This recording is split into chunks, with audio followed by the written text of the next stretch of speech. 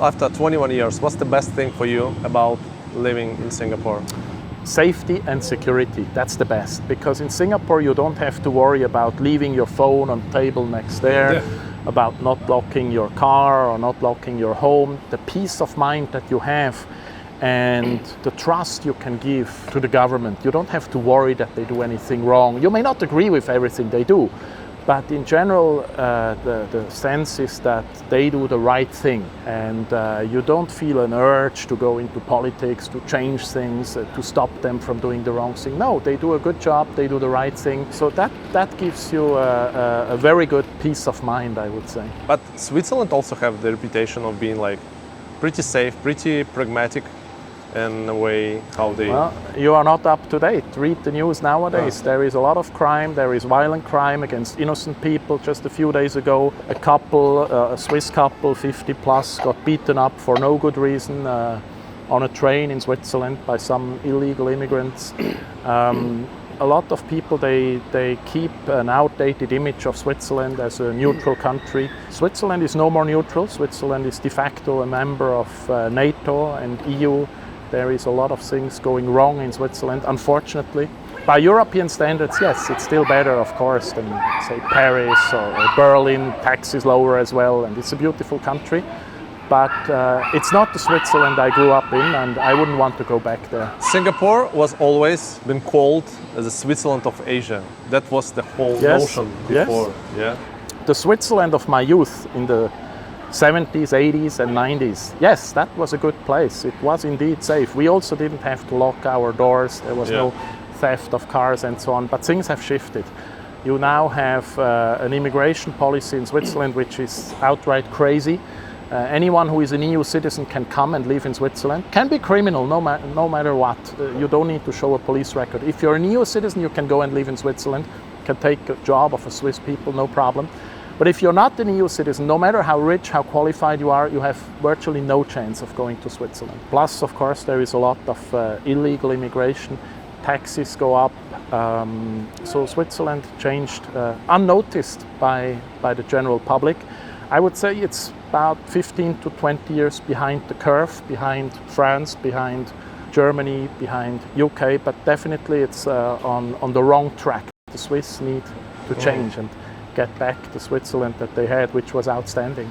You mentioned that Switzerland is not neutral anymore. That was the main selling point of Switzerland, especially for like rich people. Yes, Switzerland is not neutral anymore. I mean, look at the conflict in Ukraine now. You may think of it whatever you want, but as a matter of fact, Switzerland has taken over, has copied the sanctions of the EU and the US against Russia. So Switzerland took a stance in this conflict, and that makes it not neutral anymore. And if one party in an international conflict doesn't recognize your neutrality, that means you're not neutral anymore, no matter what you say. In Singapore, you think it's different? Singapore still like try to be very neutral, like balancing between the US and China, this kind of thing? Yes, correct. Singapore is a bit more nuanced. Singapore is not formally neutral, was never neutral like Switzerland was. Yeah. Singapore was more aligned with the Western powers during the Cold War, but nevertheless, yes, you're right.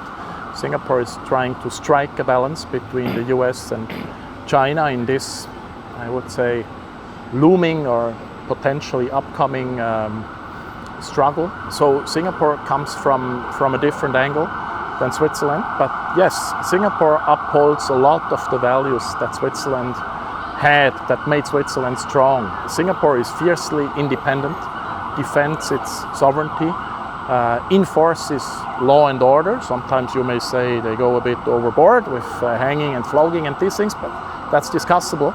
But for sure, it works. And the majority of Singaporeans supports that. So yes, Singapore is kind of a reinvention of Switzerland. Why exactly you decided to become a Singaporean citizen instead of maybe a more common scenario, let's say keeping the Swiss passport and being on PR in Singapore, permanent resident? Yes, I could have done that, but it would not be the same. At the end, you're still a foreigner, and other than some small perks like visa-free travel to Vietnam or Myanmar, where I go often, Indonesia, it's not the same if you live in the country as a citizen.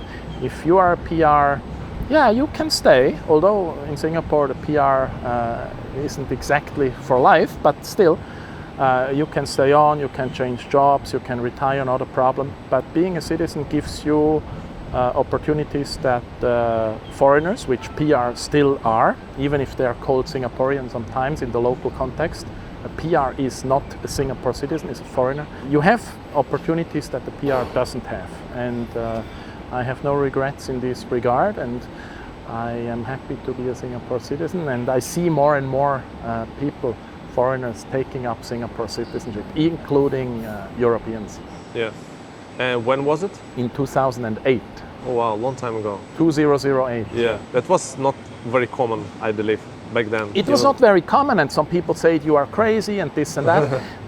There were even some expats who didn't want to become PR because of the pension system. They felt like the foreign pension system is more beneficial to them. A lot of those obviously are no longer in Singapore, and a lot of them also regret not having done that, because if you don't have a PR, if you lose your job, you have to go basically. And as we know, during the pandemic, if you did not have a PR or you were not a citizen, you couldn't go somewhere and come back. You could go, but you could not come back. So I think a lot of those who said or who thought I was crazy, I think they have regrets. I have no regrets. You remember that day when you... Yes. Yeah, when on you the 6th of December 2008. Can you recall like your emotions back then? It's a big thing, right? It's a big decision. Yes, of course, but I was not that emotional because I was not overwhelmed. I expected it. I was prepared for it, and everything went smooth and as planned. It was not just a gift from heaven that dropped out of the blue. When you get your Singaporean passport, what's the procedure? Someone sign and like shake your hand, or how it works? You have to take an oath. So you go to the ICA building, and you enter one of those small rooms where you have to stand up and take your oath in front of the flag and the portrait of the President of Singapore. So it's a solemn ceremony, and a few weeks later there is the handover ceremony of the citizenship certificate, and that was done by an MP in one of the community centres together with dozens of other new citizens, all patriotic Singaporeans, and the national pledge is repeated, the national anthem is played. So it was a very remarkable and memorable moment for me, yes. I think for every new citizen. All new citizens love Singapore.